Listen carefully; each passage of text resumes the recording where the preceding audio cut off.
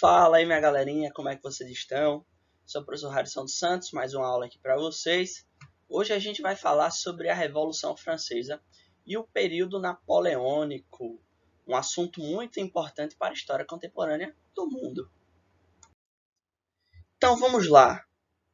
Hoje nós iremos falar sobre a Revolução Francesa, uma revolução que marcou a história da civilização ocidental. É um acontecimento tão importante que vai quebrar aí uma divisão histórica. A gente vai sair da idade moderna e entrar na idade contemporânea a partir dessa revolução que vai acontecer na França, lá no ano de 1789. Então, olhem a importância dessa revolução que a gente vai estudar hoje. A partir dela, a gente tem uma divisão histórica. Essa revolução vai inspirar outros levantes pelo mundo. Um levante clássico assim que a gente conhece é a Inconfidência Mineira, também no ano de 1789, que acontece aqui no Brasil, lá na capitania de Minas Gerais. Então, vamos dar continuidade ao nosso assunto. Como era a França antes dessa Revolução Francesa? Aqui a gente tem uma divisão da sociedade francesa. Da sociedade eu falo das pessoas que viviam na França e como estava dividido essa sociedade. A gente utiliza essa pirâmide aí porque ela fica bem clara. Por que ela fica clara? Em cima, o clero são poucas pessoas, aí é um lugar apertado. No meio a gente já tem um espaço um pouquinho maior, vai ficar a nobreza, então já tem um pouquinho de pessoa.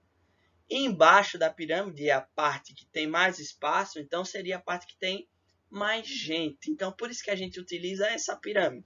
Então vamos lá falar sobre essa pirâmide aí, lá do período anterior à Revolução Francesa, sobre a sociedade francesa. Como é que estava dividida essa pirâmide?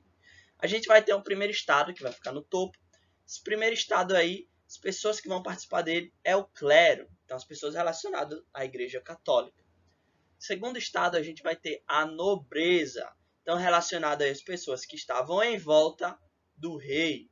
E por fim, o terceiro estado vai ser aí a maioria da população francesa, no qual a gente vai encontrar a burguesia, os camponeses e os sans-culottes, que são pessoas que se diferenciavam aí desses outros grupos por causa da roupa que eles usavam. A calça não era uma calça igual à calça em que os nobres e o rei usavam. É uma calça que tinha um algodão mais grosso, um pouquinho diferente. Enfim, a gente vai encontrar algumas distinções aí entre essas classes. Por quê? O primeiro estado e o segundo estado eram os estados em que tinham terras, tinham cargos, eram prestigiosos aí nessa sociedade, tinham privilégios e não pagavam imposto algum. Já o terceiro estado, que é a maioria, eles basicamente vão bancar a vida luxuosa em que esses dois estados que estão acima deles vão ter. Então, esse terceiro estado aí vai pagar imposto e várias obrigações. Isso daí vai acabar ocasionando em alguns probleminhas aí mais para frente. Então, essa pirâmide social aí fica bem claro para a gente entender como estava dividido a sociedade antes da Revolução Francesa. No topo, então, o primeiro estado, formado pelo clero.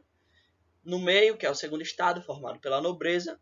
E o terceiro estado, formado pela burguesia, os camponeses e os sans-culottes. Vamos dar prosseguimento. Então, o que é que estava acontecendo? Enquanto aquelas pessoas do terceiro estado viviam uma vida muito difícil, uma vida pobre, as pessoas do primeiro e do segundo estado estavam se banhando no dinheiro e na vida luxuosa. Os reis, os nobres e o alto clero, eles estavam de boas, comiam bem, bebiam ótimos vinhos, tinham sua diversão, enquanto o terceiro estado não. Coitado do terceiro estado, mal tinha alimento para comer. Como é que vai ficar dividido aí essa nobreza do segundo estado? A nobreza do segundo estado vai ter aí três divisões, que é a nobreza provincial, era mais tradicional, descendentes dos senhores feudais, então, que vem lá do período da Idade Média. Vai ter também uma nobreza togada, que vai ser marcada aí por uma alta burguesia, que adquiriam título de nobreza. Eles compravam eles compravam o título e se tornavam nobres. A gente também vai ter uma nobreza palaciana. Essa nobreza é a nobreza que vai ficar bajulando o rei e sua corte.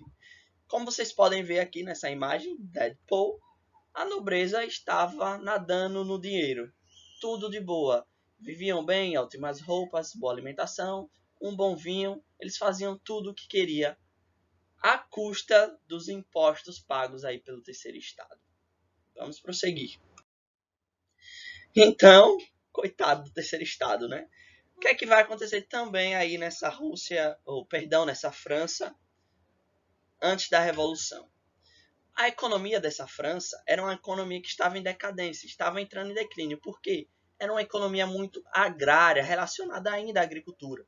Enquanto outros países, posso citar aqui a Inglaterra, que desde 1760 iniciou aí seu processo revolucionário, da Revolução Industrial, ele já tinha outra forma de organizar a sua economia, mais ligada então à indústria, ao comércio, a você ter uma renda diferente da que era praticado aí na França, que era uma renda muito agrícola, relacionada então ao cultivo de algumas plantas.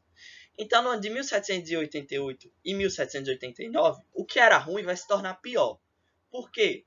Agora, fatores geológicos vão atrapalhar isso daí. Fatores naturais seriam uma melhor linguagem, né? Vai acabar aumentando a crise econômica da França. Por quê? Num primeiro momento vai haver uma grande seca. Então vai ficar praticamente impossibilitado de plantar. E depois dessa grande seca, vai entrar aí agora um inverno muito rigoroso, continuando então a dificuldade de você plantar. E o terceiro estado ficava que nem os nossos personagens aí da série do Naruto, né? Coitados, morrendo de fome, perplexos com tudo que acontecia. Então, aquela galera que estava morando no campo e viviam dessa atividade aí econômica, a atividade começou a ficar ruim. Então, eles tinham que fazer alguma coisa. Então, eles começam a praticar o êxodo rural. Eles vão sair do campo e vir para a cidade atrás de um emprego melhor. Enquanto essas pessoas sofriam, o que é que o governo fazia? Ficava de boa lá, tranquilex, focado apenas em outros assuntos. Assuntos políticos, por exemplo. Que assunto político seria esse? A gente estudou já nos conteúdos anteriores que a Inglaterra e a França nunca se deu bem. Sempre tiveram, em treta. Os caras brigavam direto.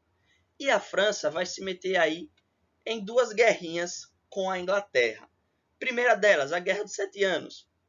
Lá no continente americano. Os franceses vão sair perdedores. Gastaram dinheiro com a guerra e ainda perderam a guerra. Então, mais crise. E outra coisa, o processo lá de independência das 13 colônias vai começar no ano de 1775 e a França, como era rival da Inglaterra, vai apoiar os colonos que querem a independência da Inglaterra. Então, a França envia soldados para a América novamente e eles vão lutar. Só que vai ocasionar um problema aí, além do fator financeiro. Porque a galera que vai lutar lá está lutando contra um poder absolutista. E os caras que estão lutando lá vai voltar com essa ideia. Então, quando eles voltam com essa ideia, eles vão botar em prática isso também. Os caras é inteligente, pô. Então, diante de tudo que a gente estudou até a nossa aula, vamos fazer aqui uma atividade bem rapidinho sobre a organização dessa sociedade na França. Então vamos lá, verificando o que aprendeu. O absolutismo francês começou a dar sinais de crise no final do reinado de Luís XIV. Como monarquia absolutista, a sociedade francesa se dividia em 3 ordens. E aí, vamos ver se vocês se lembram.